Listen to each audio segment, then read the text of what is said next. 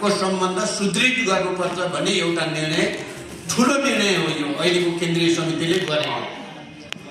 र दोस्रो हामीले के गर्यौं भने अबको आउने दिनमा माओवादी केन्द्रले नेपाली कांग्रेस या एमालेसँग समीकरण गराउने कुरालाई होइन, आफ्नै खुट्टामा उभिएर आफ्नै जनताको ताकतको बलमा निर्वाचन र सङ्घर्षमा जानुपर्छ भन्ने सङ्कल्प पनि हामीले गर्यौं।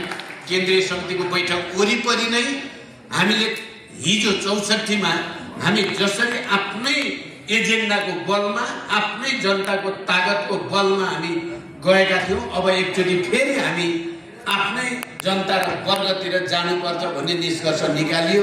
तपाईहरुले देख्नुभयो यो निष्कर्ष हाम्रो पार्टी र आन्दोलनको निम्ति, देशकै निम्ति पनि राम्रो हुन्छ भन्ने देखियो। हामी पूर्वको 1 नम्बर प्रदेशमा हामी 1 नम्बर पार्टी भयौं। उपचुनावमा आइपुग्दा देशभरि हेर्दा पनि हाम्रो स्थिति चाहिँ उकालो लाग्नेतिर गयो, हाम्रो ओह्रालो यात्रा जस्तो देखिया थियो। हामीले यो संकल्प गरिसकेपछि हामी क्रमशः उकालो यात्रामा छौं। त्यसकारण कमरेडहरु, हामीले अब मनस्थिति बनाउनु पर्ने के छ भने हामी आफ्नै संगठनको बलमा, आफ्नै जनताको बलमा, आफ्नै राजनीतिक मुद्दाको बलमा लडाई लड्नु छ। संक्रमण कालको अन्त्य गर्नु छ र यो गणतन्त्रलाई जनगणतन्त्र या जनताको गणतन्त्र या समाजवादी गणतन्त्रतिर लैजानु पर्नेछ र त्यो आन्दोलनको, त्यो क्रान्तिको नेतृत्व गर्ने ऐतिहासिक जिम्मेवारी फेरि हाम्रो पार्टीको काँधमा आएको छ।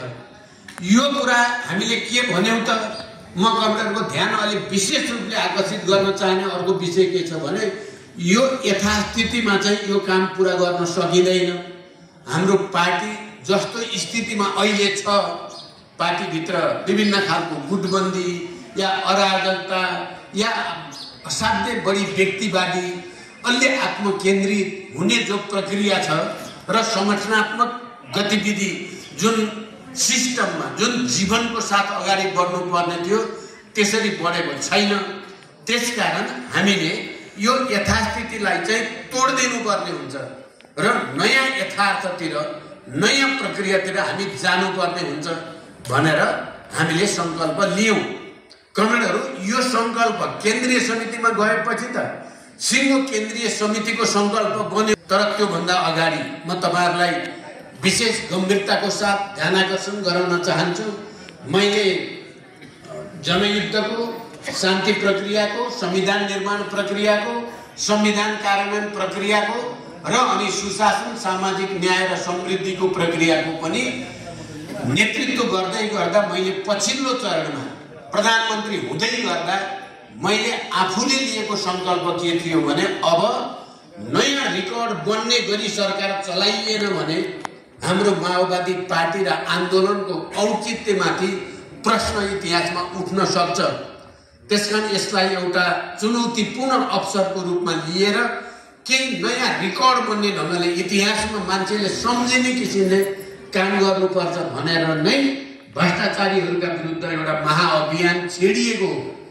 मैले तपाईहरु सबैलाई त त्यति बेला भनेर पत्याउने जस्तो पनि स्थिति थिएन, किन हामी सबैको कहीं न कहीं एउटा कन्फ्युजन, एक खालको विभ्रम, वैचारिक पनि, राजनीतिक पनि, सांगठनिक रूपले पनि बढ्दै गएको थियो। त्यसकारण नेतृत्वले भन्ने बित्तिकै पत्याइहाल्ने जस्तो पनि स्थिति थिएन।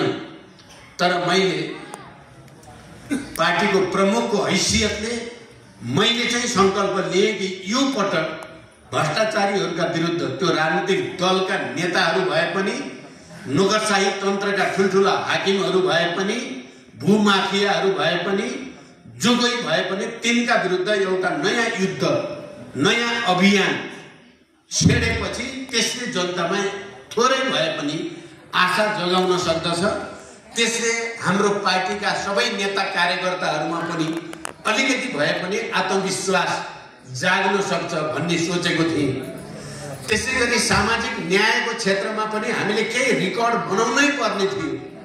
तराईमा मिटर ब्याज पीडितहरूको जो विकराल समस्या थियो त्यसको समाधानको निम्ति हामी पीडितहरूको पक्षमा ऐन बनाउनेदेखि त्यो पीडितहरूको पक्षमा संरचना बनाएर उहाँहरूलाई न्याय दिलाउने कामको लडाई पनि हामीले लड्नै पर्ने थियो। त्यो माओवादीले मात्रै लड्न सक्ने विषय थियो। तपाईहरुलाई